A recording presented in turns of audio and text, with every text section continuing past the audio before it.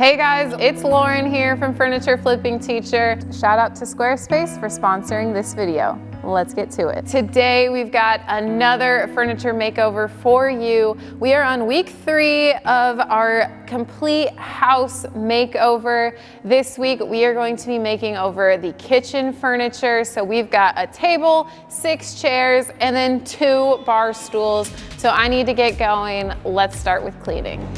All right, I've got my white lightning bottle here, so we're gonna give all of these a nice spray down. We need to get all the dirt and grime off of every single surface. I don't know about you guys, but cleaning is one of my least favorite times during the furniture flipping process, but it's got to be done. And one of my favorite cleaners is this white lightning. It is the granule substance that goes a really long way, especially when you put it inside of a spray bottle. I used to put it inside of a bucket and then dump it each and every time, but over time I learned that that's pretty wasteful on the white lightning aspect. So putting it in this spray bottle allows me to use it time after time after time. So it's just a really good tip for you guys if you're using the white lightning.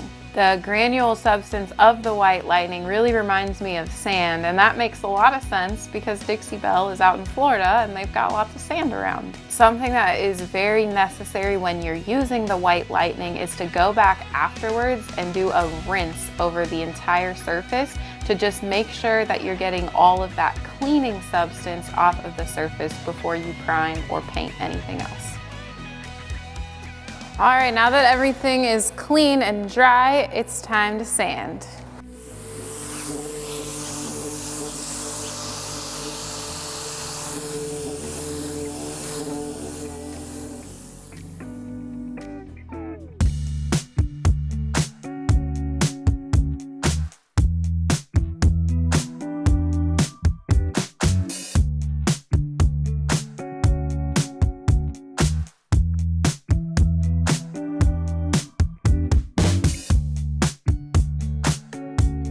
After doing a scuff sand with 220 grit over the entire surface of every single chair and the table, I moved on to the next step, which is primer. And for the primer, I used Dixie Belle's Gray Boss, and I put this in my Wagner sprayer so that I could cover the surface way faster than it would take if I were just using a brush. The purpose of the Boss is to just block any stains that may pop through, because when I was sanding, there were a few spots spraying that first coat of Boss which then could and I used gray all over just to make everything easier, but really in the end, some parts are going to be gray, some parts are going to be white. So let's let this all dry and then we'll come back and start putting some paint on.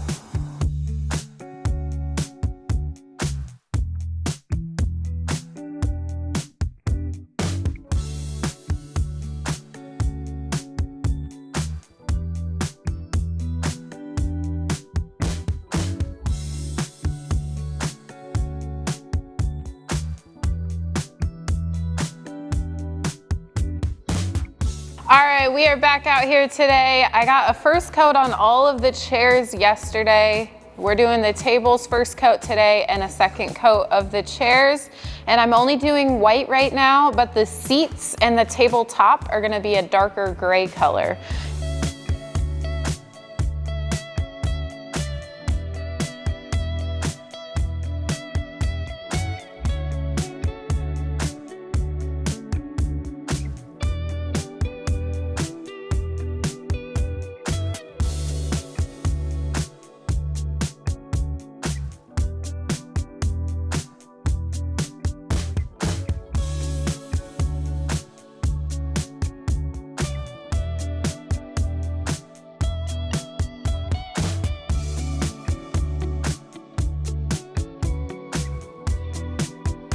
So I ended up with 3 total coats of white on the backs of the chairs and the legs of the chairs. So now it's time to move to the seats. And I'm gonna be putting Hurricane Gray on the seats, and that's just gonna make it very dark, and then it's gonna be a really nice contrast. So I've got my paint in here, and I did add just a little bit of water in there, mixed it all up, and I'm gonna be using the angled mini brush. and a large round brush to apply the paint to the seats.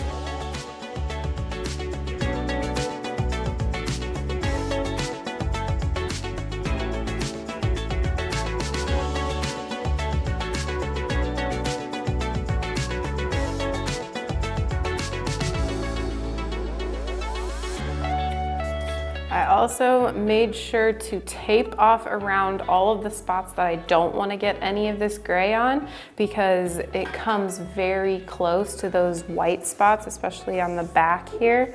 So definitely utilize your painter's tape when you're doing different colors or making different designs. I'm gonna kind of make sure that my brush stroke marks are all going the same direction.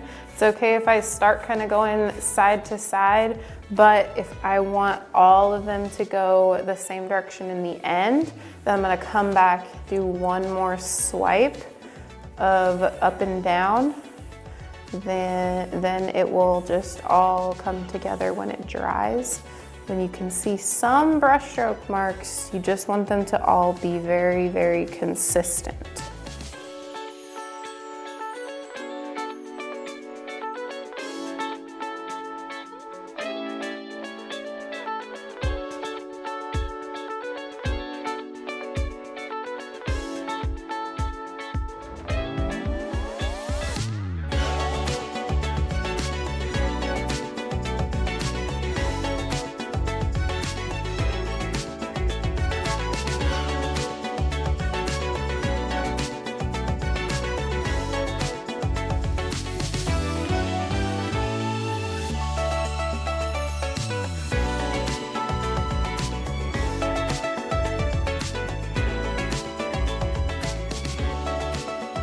All right, we've got a first coat of the Hurricane Gray on all the chairs as well as the tabletop, so we'll let that dry and we'll come back for coat number 2.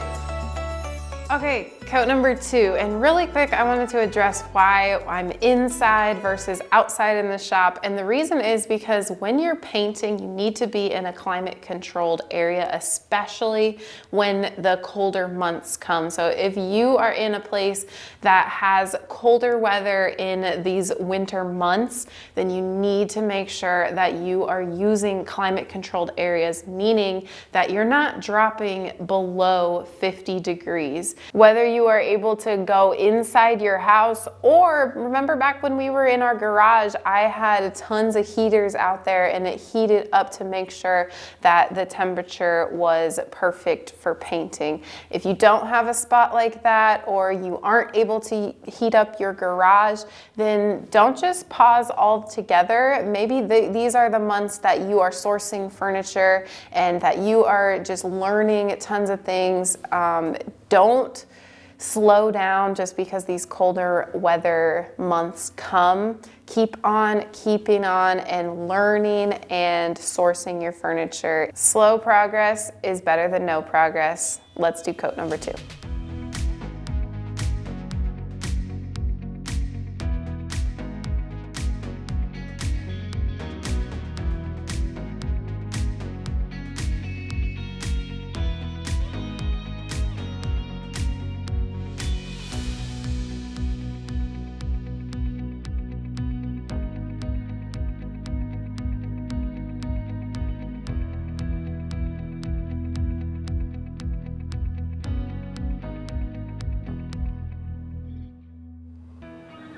I am just doing some final touch-ups before the top coat. It's very important that you go around and just make sure that everything is fully covered with both colors of paint if you're doing 2 colors, because sometimes the white is very easy to miss spots. And then also when I went over the tops and the seats with the gray, I got a little bit of gray on the white here and there. So just going back and making sure that none of that is showing. So my next step is the top coat. And like I was talking about earlier, the temperature outside right now is just astronomically cold, and so I am going to be spraying my top coat, but in the area that I have to spray, we're not gonna be able to record just because of lighting and spacing and all that jazz. So if you want to know more about spraying the top coat, you guys can check out this video right here.